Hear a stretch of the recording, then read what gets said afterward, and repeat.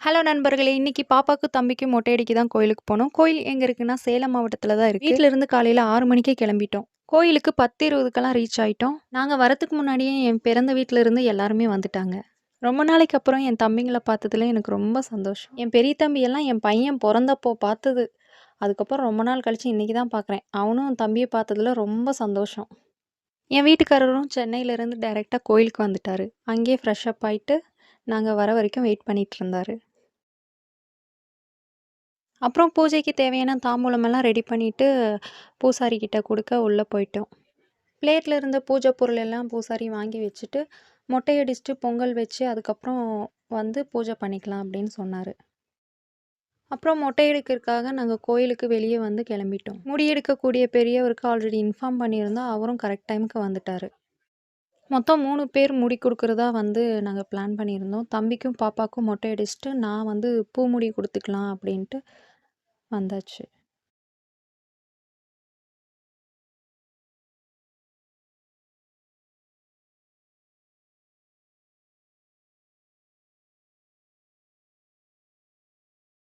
பெரிய தம்பி மடி மேல பாப்பாவையும், சின்ன தம்பி மடி மேல தம்பியும் உட்கார வச்சு தான் மொட்டை அடிச்சோம்.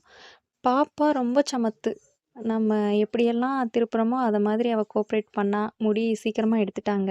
தம்பி கத்து கத்துன்னு கத்திட்டான்.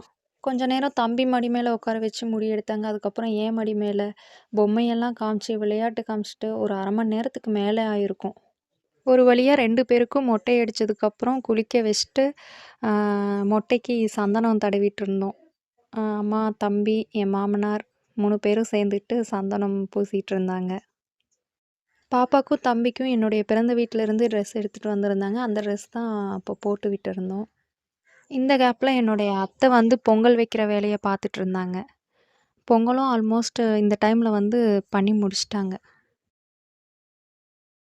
பொங்கல் ரெடியானதுக்கப்புறம் பூஜை பண்ண ஸ்டார்ட் பண்ணியாச்சு.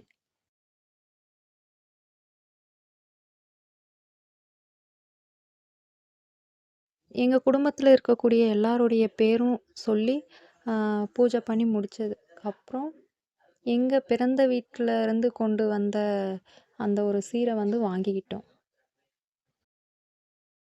சாமியெல்லாம் கும்பிட்டு முடிச்சதுக்கப்புறம் கொஞ்ச நேரம் கோயில்ல உட்காந்து டைம் ஸ்பெண்ட் பண்ணோம். நல்லா இருந்தது. அ பொங்கல எல்லாத்துக்கும் குடுத்தோம். அங்க கொஞ்சம் பசங்க வந்து குரூப் எக்ஸாம்க்கு படிச்சுட்ருந்தாங்க. அவங்களுக்கும் குடுத்துட்டு, அப்புறம் வந்தவங்க எல்லாத்துக்கும் குடுத்துட்டு, நாங்களும் சாப்ட்டுட்டு, கொஞ்ச நேரம் பேசிட்டுருந்தோம். அப்புறம் எல்லாத்தையும் எடுத்து வச்சுட்டு, தம்பி, தம்பி பொண்டாட்டி, அம்மா எல்லாருமே எங்க கூடவே என்னுடைய வீட்டுக்கு வந்துட்டாங்க. ஏன்னா ஃபங்ஷனுக்கு இன்னும் 2 நாள் தான் இருக்கு. நம்ம வீட்லயே கெடா வெட்டி நல்லா விருந்து வைக்கலாம் அப்படின்னு. அது மட்டும் இல்ல, காது குத்துற ஃபங்ஷனும் அங்க தான். இது வந்து மேட்டூர் டேம். டேம தாண்டி தான் நம்ம ஊருக்கு போகணும். அடுத்தடுத்த வீடியோஸ்ல நம்ம ஊர்ல எப்படியெல்லாம் ஃபங்ஷனுக்கு ரெடி பண்ணோம் அப்படிங்கிறத வந்து நான் அப்லோட் பண்றேன். இன்ட்ரெஸ்டிங்கா இருந்ததுன்னா, நம்ம சேனலுக்கு சப்போர்ட் பண்ணுங்க.